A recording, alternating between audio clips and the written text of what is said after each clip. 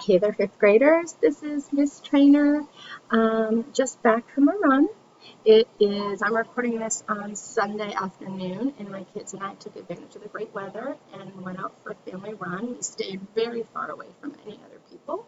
I hope you guys are getting outside and having some fun too, but keeping your distance so we can all stay healthy.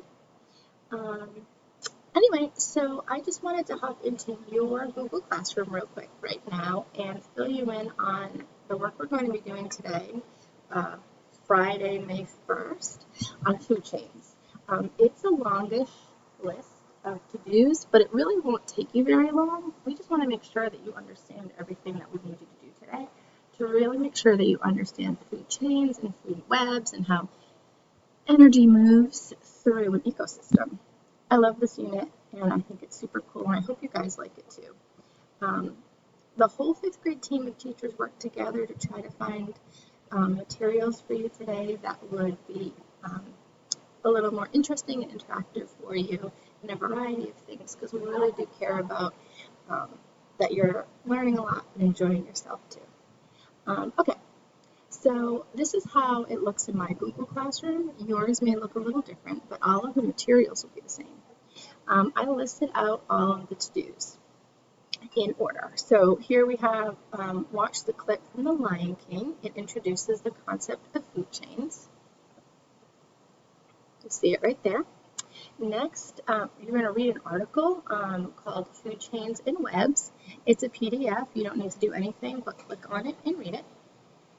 Third, you're going to head over to BrainPop. Now make sure that you're logged into your Lake ID portal and then click on BrainPop. It should bring you straight there. There's two videos we'd like for you to watch in BrainPop. One on food chains and one on the energy pyramid. And you guys have seen these videos before. You know that they're not super long, but they are chock full of some great information for you. So make sure you pay close attention to that. Then fourth, there is a great game that you can play on the food chain, just to kind of check in on yourself and your understanding, see if you kind of get what's going on, or if you need to go back and maybe reread the article, watch one of the videos again, just a chance for you to check in on your learning here. And then lastly, there's an exit ticket. This is where you show your teachers what you know, and you also, oops, I can't scroll all the way down there, but it's a Google form. It's got a butterfly on the top.